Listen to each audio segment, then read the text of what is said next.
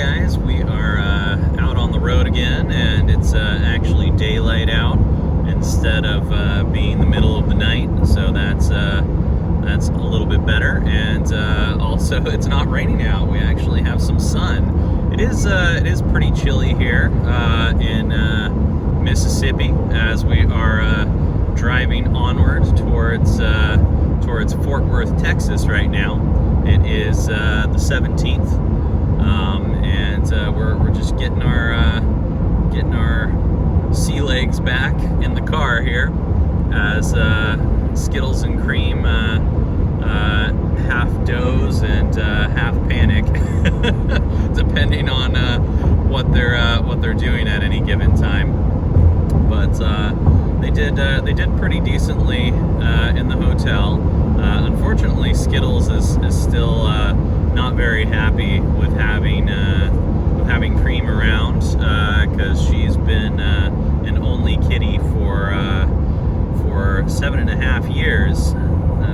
It's been quite a while, and Cream, being the new 10-month-old, is trying to be bothersome and wants to play. But all Skittles wants to do is hiss at her. I actually was trying to keep Cream separated in the bathroom. Hi, Cream, saying hello. And as soon as I went to open it, it was this large sliding slab door instead of an easy to open door. Cream came darting out. Just as Skittles was starting to sniff the door, Skittles somehow did not manage to see Cream, and Cream had darted right behind Skittles, so they were back to back while Cream was looking around curiously and Skittles was still sniffing. It took a good 5 seconds before Skittles actually turned her head enough to notice that Cream was there and flipped out and started hissing her little head off. Unfortunately, that's just the way it is for now.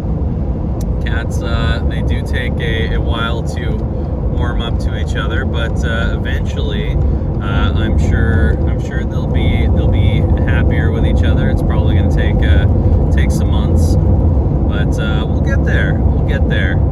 And when we do, hopefully they'll be best buddies. Well, if not best buddies, at least hopefully Skittles will tolerate Cream. That is what it is. But I was actually talking with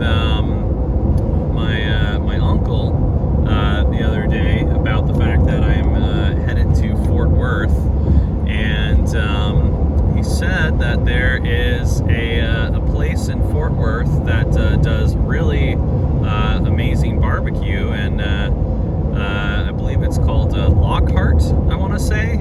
There's apparently a number of locations of this place, and basically the way it works is you get in a big old line with people, and there's about 4 guys at the end of the line that are hurriedly cutting meat as fast as they possibly can, and you order what you want, and they just cut it off for you there. So you can say, hey, I want some sausage links, or I want quarter pound of this brisket over here, or whatever it is that you're interested in. Apparently, at some point, he took some old Italian guys there, and you know how Italians really appreciate their food, so it's hard to please them. But in the midst of the meal, one of the younger Italians had taken about 3 bites of the brisket, and he says to my uncle, he says, "Hey, just gotta say, thank you for taking us here." And that was the biggest compliment he says he's ever heard from these guys for food. So it's hard to get a compliment out of them, but that was a pretty big one. So yeah. Anyway, I'm glad that it is clearer skies today. It's actually a decently cold out though, and I imagine as I continue on towards the other coast, it might get cold enough to snow if I get close enough to the north. Georgia never really had any snow while I was there. I've heard horror stories of snow coming down and causing the 285 highway out there to come to a standstill from 6 p.m. one day until 11 a.m. the next day. I never experienced that. There was a slight bit of, like, I guess snowflakes that came down, but it didn't stick to anything. And all of the people at my job said, "Oh, definitely don't go out. You need to make sure you stay indoors. You're gonna get snowed in." And I was like, "It's not sticking to anything. This is snowed in. This is ridiculous." But it is what it is, because you're in a place where people aren't used to snow, and they don't know how to drive in it, even if it's only a little bit. That could be causing some ice on the ground as it melts, and that can be dangerous out on the road, unfortunately. And then I remember this guy that I worked with who was from Nebraska, and he would just slam his car in different directions and jerk it so that it would go straight whenever he wanted it to, wherever he wanted it to. So there's definitely two very different types of drivers out there when it comes to snow and ice. And Georgians definitely do not have a Nebraskan attitude. But I'm looking forward to getting closer to the coast here. Unfortunately, tomorrow will be the longest stretch of the drive. So these two in their carriers over here are probably going to get really annoyed with me. Most of the days are somewhere between 4 to 6 hours, but the day tomorrow, being the longest one, is nearly 9 hours. And humorously, it's all within Texas, because Texas is gigantic. So I'll just be traveling across Texas that can fit quite a few countries inside of it. It's a pretty big place, but hopefully I will get set up decently fast once I do arrive, to the point that I get my recording setup going again quickly, and get back into the swing of things. I think it will depend, one, on moving in, and two, on how things are going with the cats, because if Skittles is throwing a hissy fit and Cream is screaming her head off, then it might be very intrusive to the audio. I don't know that people would appreciate meow, meow, meow in the background of my videos. I guess we'll see how it works out. It'll be an interesting day, because I'm definitely going to be in a much smaller area, space-wise, out in California. It's expensive, and you get less for your money too. But I'll figure it out. I'll figure it out eventually. I just don't know if it's going to be quick or not. I've actually started looking into ways to soundproof a room, and found that there is these door soundproofing kits that you can get. Kind of looks like a blanket that you hang on the door itself, but it's basically a soundproofing blanket. And then the other thing is adding a sweep to the bottom of the door, so that noise doesn't get under the gap that exists under doors. So that's going to be important.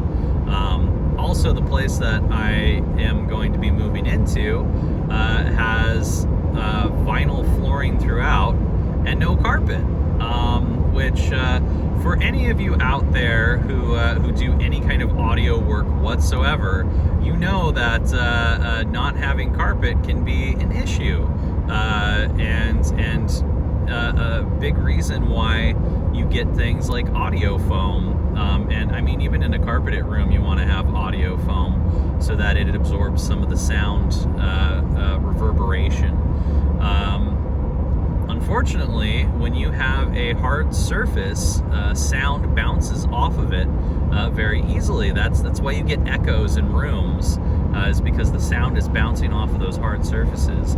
And the best way to absorb it is with soft, porous materials. So you can have carpet, which works wonders.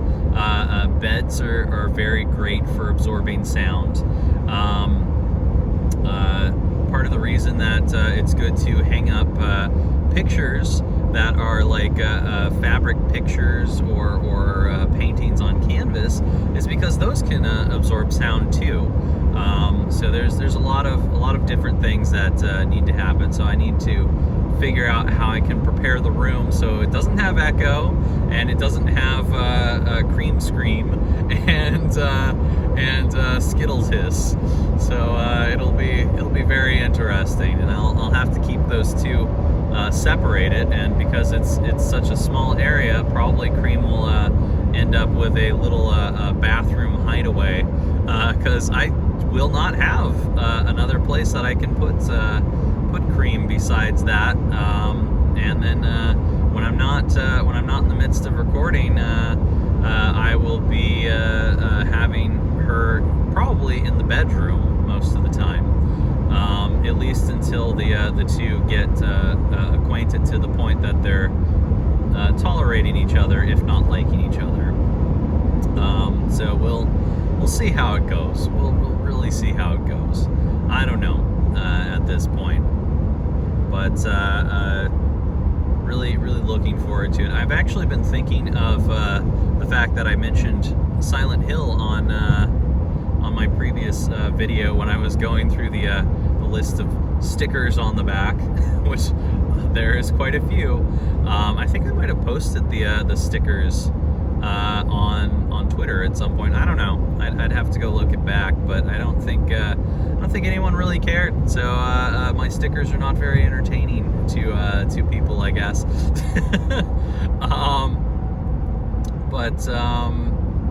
Yeah, it made me think that maybe I should look into trying to do Silent Hill for Halloween special this year. I don't know. I'm not sure.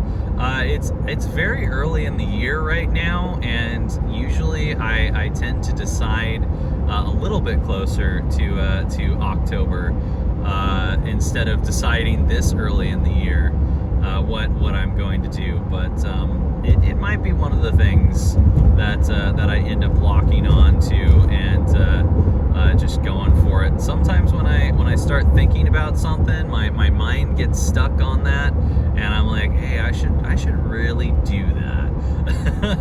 So we'll see if Halloween becomes Silent Hill Halloween or not. I really wish the series had continued down a good road. Unfortunately, after most people say 3, I honestly say 4. I really did like 4. It just kind of drifted off into a poor direction. It was just kind of a rehash of things that had been done that shouldn't have been redone, and involving characters that were explicitly locked to other characters in the series, and they shouldn't have made any appearance, but they did. So it is kind of a what it is situation, because people over there thought that hey, this had a lot of popularity when it was released. We should just do that again, because business people really like to do repeats because whatever makes you money the first time should probably make you money the second time. Unfortunately, that's the way of the gaming industry these days. Is it's more a business venture than it is a labor of love, and I find that really unfortunate, because there was a lot of really amazing labor of love games back in the days when I was growing up. I mean, I remember playing things like Monkey Island and Full Throttle, and Star Wars Dark Forces, Prince of Persia, all these games that I just loved. And I did do Prince of Persia on the channel. Incidentally, the audio was terrible on that. I did not do the audio levels very well. Unfortunately, it was difficult to check the audio levels on that one, specifically because of the fact that it was being recorded from I believe DOSBox is how I was playing that one, and it just kind of it didn't mesh too well. I mean, I can make out what I'm saying, but it's kind of disappointing that the levels weren't so good. As a Let's Player, you get to the point where you are very in tune with the audio, and whenever it messes up, it's your version of nails on a chalkboard. At least if you're like me, it's like, oh man, I really hate that the audio is so bad. And I go back and look at some of my original Let's Plays, and I'm like, oh, I can hear a fan in the background, or I can hear that portable AC unit that I was using. Man, this sucks. I wish it was better. Like, I go back and I look at my first Let's Play, which was Thief Deadly Shadows, and the audio there is just so poor. And then on top of that, it was a game that had major issues with whenever you were loading a different area. It would actually cause the recording to freeze the game if you kept recording when you went to load a new area. And at the time, I wasn't too adept. Welcome to Louisiana. Well, thank you, Random GPS, for welcoming me to Louisiana. That's nice. But I wasn't too adept at the time at putting videos together. So someday I'll probably go back and redo Thief Deadly Shadows. But I doubt I'll go do all of the random voices that I did for notes. And there's some people that really loved that, and some people that hated that. Yeah, I don't know. It was just a thing I was doing when I first did it. I was like, yeah, I should just do a whole bunch of different voices for every single one of these notes. That sounds like a great idea. I don't know though. I don't know if I want to revisit it anytime soon, or if at all. And I think the biggest thing for me is like there's a mental block there, because something tells me deep down, if I go back to do the original games that I worked on, the Thief trilogy, I feel like that would be like the close of my channel, you know? Like it would be the I'm waving goodbye to you all with that Let's Play. I need to actually get over here. I don't know what this double line thing is. I think that was probably illegal. I recorded that. Now that truck in front of me did the same thing, so I think it's fine. Anyway, yeah, no, it's like I don't know. I do want to redo them, because I'm like, I could totally do better quality this time around. But at the same time, I'm like, do I want to do that? I feel like there's so many more things to go and do besides going back to do that. I do want to go and do some of the Thief mods at some point. I've heard really good things about the Thief 2. I think it's like X2 or something like that, TX. I don't know. I have to look it up again, but I heard it had like voice acting in there and like just an amazing story that they put together in this. It was just basically a thief mod where someone put together their own campaign, and then on top of that, there's the dark mod, which is Doom 3's engine, but they've modified it so that there's the ability to play thief basically in the Doom engine, which is really cool. I mean, I love Doom, you know me. I've probably told the story before, or maybe I haven't. I don't know, of playing Doom when I was a kid, way back in the day, and I was young enough when I was playing Doom at the time that just going through it, it didn't really faze me while I was going through it, but something subliminally got caught in my head and in my mind from playing that, and I remember being told later in life that I used to have nightmares about Doom, like monsters were coming out to get me or something like that.